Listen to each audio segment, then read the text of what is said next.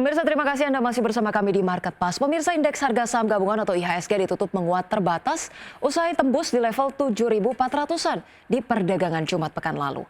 IHSG menguat di tengah saham konglomerasi yang bergairah ditopang saham DCII yang melesat 62,2% dalam sepekan.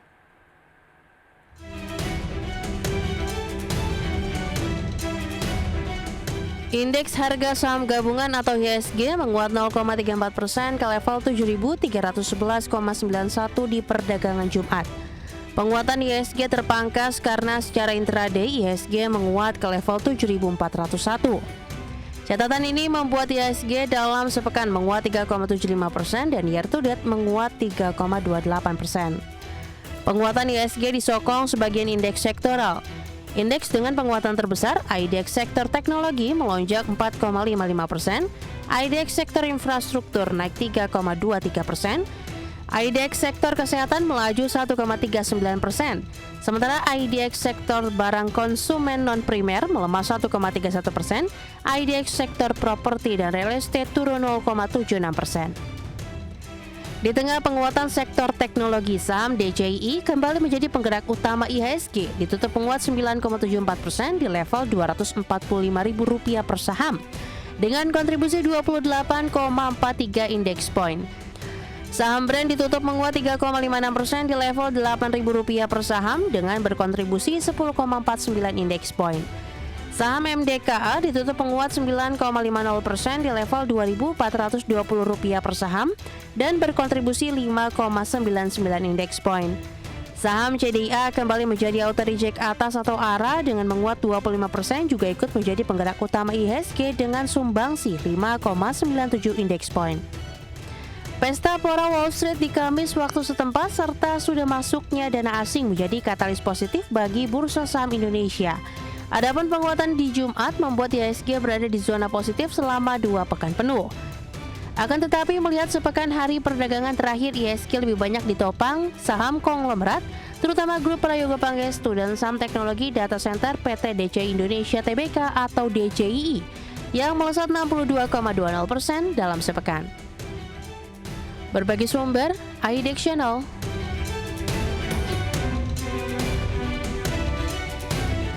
Pemirsa, Presiden Amerika Serikat Donald Trump mengancam tarif minimum sebesar 15 hingga 20% untuk seluruh impor dari Uni Eropa. Ancaman terbaru Trump ini dilatar belakangi belum adanya kesepakatan dengan Uni Eropa setelah bernegosiasi digelar selama beberapa minggu terakhir. Presiden Amerika Serikat Donald Trump menuntut tarif minimum sebesar 15 hingga 20% untuk seluruh impor dari Uni Eropa. Menurut laporan Financial Times, Trump meningkatkan tuntutannya karena belum adanya kesepakatan setelah beberapa minggu bernegosiasi atas kemungkinan kesepakatan kerangka kerja. Langkah pengenaan tarif terbaru ini juga disebut karena Trump sering mengeluhkan surplus perdagangan barang Uni Eropa sebesar 198 miliar euro atau sekitar 231 miliar dolar dengan Amerika Serikat. Sementara itu, Uni Eropa mengharapkan kesepakatan serupa dengan Inggris yang mempertahankan tarif dasar 10% dengan beberapa pengecualian sektor. Para pejabat Uni Eropa menyatakan bahwa perdagangan jauh lebih seimbang ketika jasa dan investasi diperhitungkan. Selain mengancam Uni Eropa, Trump juga dikabarkan sedang mempersiapkan rencana tarif khusus industri yang akan diberlakukan bersama dengan bea masuk per negara dalam 2 minggu. Hal ini sebagai upaya memperkuat posisi Amerika Serikat dalam sistem perdagangan global dengan memberikan sanksi atas pembelian dari luar negeri. Berbagi sumber IDX Channel. Pemirsa, Bank Sentral Eropa atau ECB kemungkinan akan mengabaikan ancaman ekonomi yang ditimbulkan oleh tarif Trump dan memilih untuk menunda pemangkasan suku bunga hingga waktu yang belum ditentukan. Dalam keputusan akhir sebelum libur musim panas selama 7 minggu, para pembuat kebijakan pada Kamis 24 Juli 2025 kemungkinan akan mempertahankan suku bunga tetap di level 2%. Langkah itu menjadi penundaan respon terhadap ancaman tarif yang lebih tinggi hingga tarif tersebut diterapkan dan dampaknya dapat dievaluasi dengan lebih baik. Ekonom juga menyampaikan bahwa pertemuan pada 24 Juli mendatang masih belum akan memperjelas waktu pemangkasan suku bunga. Sementara itu laporan ekonomi dalam sepekan ke depan akan menjadi bahan pertimbangan para pengambil kebijakan di ECB. Di antaranya adalah survei pinjaman bank ECB, indeks kepercayaan konsumen, dan indeks manajer pembelian dari seluruh kawasan dan ekonomi besar lainnya.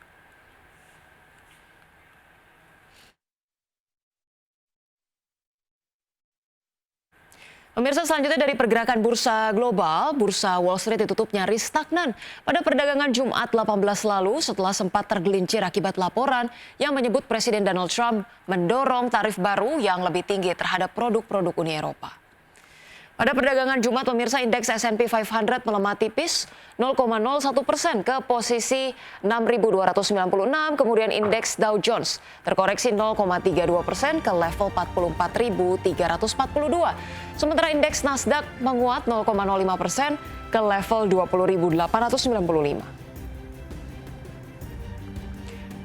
Ya, sementara itu pemirsa, bursa saham Eropa ditutup stagnan pada Jumat menyusul penurunan di sektor kesehatan yang diimbangi oleh kenaikan saham minyak dan gas, sekaligus menutup pekan yang padat dengan laporan keuangan berbagai perusahaan.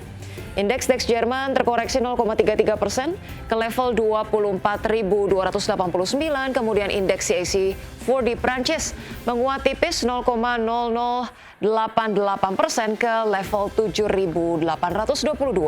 Dan indeks FTSE 100 Inggris menguat 0,22% ke level 8.992.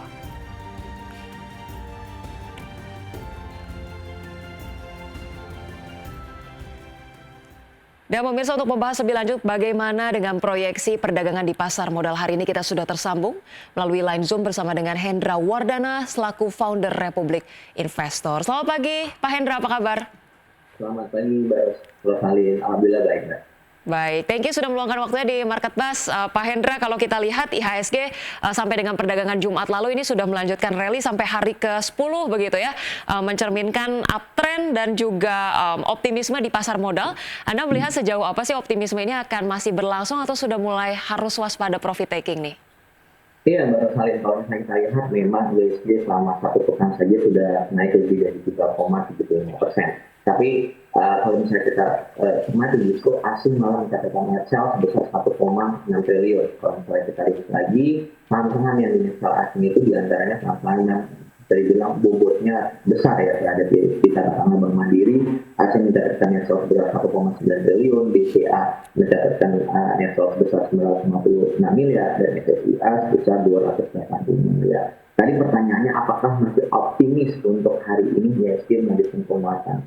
Kalau misalnya secara teknikal itu berbentuknya shorting star, jadi bisa dibilang posisinya tidak terlalu baik di hari Jumat, dan ada potensi untuk IHSG koreksi katakanlah menyentuh area gap-nya di level 7.280 dan didukung kalau misalnya kita lihat bahwa ada informasi bahwa saham yang notabene mendorong IHSG selama satu pekan itu adalah DCI, dan hari ini DCI ini kena umat Initial Market Activity, jadi memang ada potensi untuk IHSG, ada kemungkinan DCI juga akan mengalami koreksi di umumnya hari ini, tapi dengan harapan semoga ada saham-saham yang lainnya yang mendorong lagi untuk IHSG. Baik, untuk IHSG sendiri diproyeksikan bisa jadi koreksi terbatas atau koreksi tipis begitu ya, dikarenakan rally yang sudah sangat panjang begitu ya, mungkin sudah hampir menyentuh resisten juga begitu. Di satu sisi juga banking industries tampaknya masih banyak net sell. Tadi dikatakan juga saham yang menjadi penopang IHSG DCII juga diproyeksikan kinerjanya tidak terlalu signifikan begitu ya di perdagangan hari ini. Baik. Terkait dengan, kita bahas sedikit terkait dengan sentimen global, menjelang rilis potensi tarif baru 19% oleh Donald Trump yang diterapkan mulai 1 Agustus nanti, Pak Hendra. Ini kabarnya memang dari Indonesia sendiri masih akan melanjutkan negosiasi, akan bertemu di bulan September ataupun Oktober begitu ya. Tapi kalau Anda lihat terkait dengan sentimen global sendiri, sejauh ini sudah terprice in-kah dengan posisi IHSG yang saat ini atau seperti apa? Iya, betul Mbak Rosalin, kita akan lihat ya update-update terbaru dari pemerintah Indonesia. Bisa dibilang ya masa sudah merespon positif ya terkait dengan pemangkasan tarif yang sebelumnya 32% ke 19%. Tapi kita akan lihat lagi nanti hasil akhirnya seperti apa perundingan ini, karena bisa dibilang ini menarik dan dinantikan oleh para pelaku pasar. Dan kalau misalnya ditanya apakah sudah price in, saya melihat bahwa memang kecenderungan saham-saham yang bobot besar seperti market cap besar seperti Bank Mandiri ataupun BRI, BCA itu belum merespon itu. Makanya kita akan lihat nanti apakah ada katalis-katalis terkait dengan dialog katakanlah perundingan ini yang akhirnya lebih membawa dampak yang positif untuk Indonesia sendiri, sehingga saham-saham yang notabene saham-saham perbankan juga akan merespon positif untuk IHSG. Baik, Pak Hendra mengingat juga bagaimana kemudian beberapa perusahaan akan melakukan rilis laporan keuangan untuk semester 1 ya. Dalam mempertahankan momentum IHSG ini Anda melihat akan cukup positif atau seperti apa nih dinamikanya? Ya, kalau misalnya dilihat, pastinya kita akan cermati kalau misalnya IHSG ya tadi ya, selama 1 pekan ini mengalami naik sebesar lebih dari 3% atau selama 10 hari itu lebih dari 10%, ya suka nggak suka kita harus menyampaikan bahwa yang membuat pendorongan IHSG itu adalah salah satunya saham DCI dan konglomerasi seperti sahamnya Pak Prajogo. Tapi kalau misalnya kita lihat justru cermati kinerja saham-saham perbankan justru masih belum terapresiasi dengan baik gitu loh. Nah, diharapkan adalah laporan keuangan semester 1 seperti BCA, BRI, Mandiri dan BNI ini akan positif, sehingga saham-saham tersebut akan mendongkrak laju pertumbuhan dari IHSG yang tadi saya sampaikan bahwa bobot atau kapitalisasi saham-saham tersebut juga sangat tinggi gitu. Tapi kalau misalnya laporan keuangannya justru malah negatif, nah ini akan membuat penurunan dari IHSG, atau yang tadi saya sampaikan ketika IHSG ada area gapnya di level support di 7.280. Kalau misalnya saham perbankan justru malah tidak bagus laporan keuangannya, mungkin ini bisa breakdown di level 7.280 dan balik ke titik support psikologisnya lagi di level 7.200. Karena kalau misalnya kita lihat justru asing masih mencatatkan sell di saham-saham perbankan. Ya kita akan lihat, semoga ada hal yang positif untuk saham perbankan sehingga bobot atau dari IHSG masih tetap kuat di level psikologis 7.300. Baik, sejumlah perbankan big caps yang akan segera merilis laporan dari keuangan begitu ya, tergantung bagaimana kemudian kinerjanya. Tapi kemudian juga terkait dengan saham-saham perbankan yang saat ini masih cukup stuck, masih cenderung melesu. Anda melihat posisi saat ini menjadi posisi yang cukup menarik untuk investor bisa entry, atau masih cenderung wait and see saja nih Pak Hendra untuk saham-saham perbankan? Iya, Mbak Rosalib, karena kalau misalnya perbankan apakah masih menarik atau tidak, balik lagi, kalau misalnya kita lihat kontribusi asing ketika misalnya melakukan transaksi di saham perbankan, itu bobotnya hampir 60-80% itu transaksinya itu adalah asing. Jadi suka nggak suka memang kita harus melihat bahwa ya foreign inflow-nya seperti apa gitu. Nah, tadi pertanyaannya apakah masih menarik? Sebenarnya masih menarik, tapi kita akan lihat dari sisi teknikalnya lagi supportnya di berapa. Karena kalau misalnya kita paksain, sedangkan asing masih nge-sell, otomatis harga masih bisa turun lagi. Karena yang tadi saya sampaikan, selama 1 pekan saja Mandiri sudah di net-sell sebesar 1,9 triliun dan di BCA sebesar 956 miliar. Walaupun memang secara teknikal saham-saham katakanlah seperti di BCA memang masih ada potensi, tapi memang saat ini sudah di harga supportnya di 8.425. Jadi kalau misalnya memang pengen coba untuk buy on weakness, mungkin bisa buy on weakness di 8.300-an untuk BBCA. Terus kalau misalnya Bank Mandiri masih ada supportnya dengan harga sekarang di level 4.740, masih ada supportnya di level 4.640 untuk saham-saham perbankan. Jadi lebih baik wait and see atau buy on weakness terlebih dahulu, Mbak Rosalib. Baik, itu dia rekomendasi untuk beberapa saham perbankan, direkomendasikan untuk wait and see terlebih dahulu, dan kalau bisa, kalau memang mau beli pun buy on weakness sambil kemudian memperhatikan sejumlah data, salah satunya adalah foreign inflow begitu ya, perkembangannya akan seperti apa. Baik, kita sedikit ulas terkait dengan penguatan IHSG dalam hari-hari terakhir atau pekan-pekan terakhir. Ini kebanyakan didorong oleh saham-saham konglomerasi, yaitu saham-saham dari Prajogo Pangestu dan juga saham dari Toto Sugiri begitu ya, DCII. Anda melihat penguatan IHSG di tengah ketidakpastian ini didukung oleh saham-saham konglomerasi ini sesuatu hal yang cukup positif atau sesuatu hal yang cukup rentan nih Pak Hendra?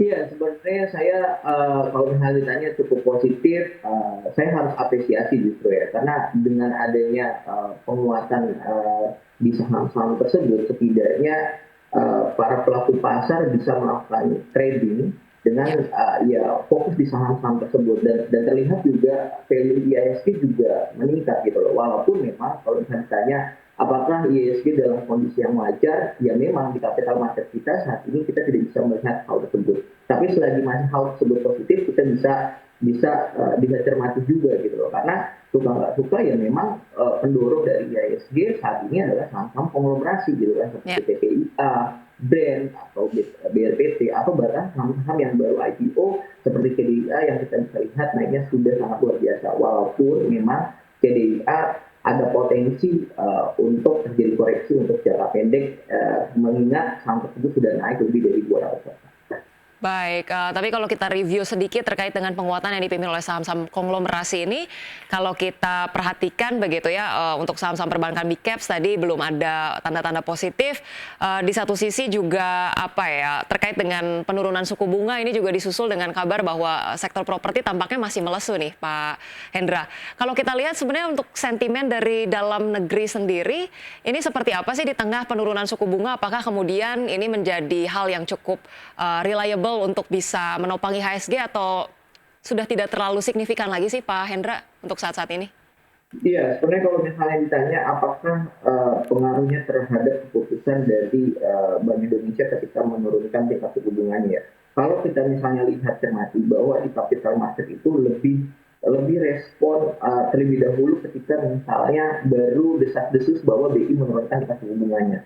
Jadi pada saat hari Selasa itu justru saham-saham properti itu naik lebih dari 5%. Katakanlah saja misalnya Asri naik lebih dari 13%. Tapi pada saat Rabu kemarin ketika misalnya BI sudah menurunkan tingkat suku bunganya, justru malah saham properti sudah lesu atau tidak mengalami penguatan yang signifikan. Jadi bisa dibilang memang cerminan ketika misalnya Bank Indonesia menurunkan tingkat suku bunganya 25 basis point ke level 5,25%, itu sudah price in terlebih dahulu gitu loh. Tetap para pelaku pasar akan melihat ketika misalnya BI menurunkan tingkat suku bunganya menjadi 5,25%, kedepannya seperti apa nih? Apakah daya beli masyarakat meningkat dan apakah terkait dengan penjualan properti ini kembali akan meningkat?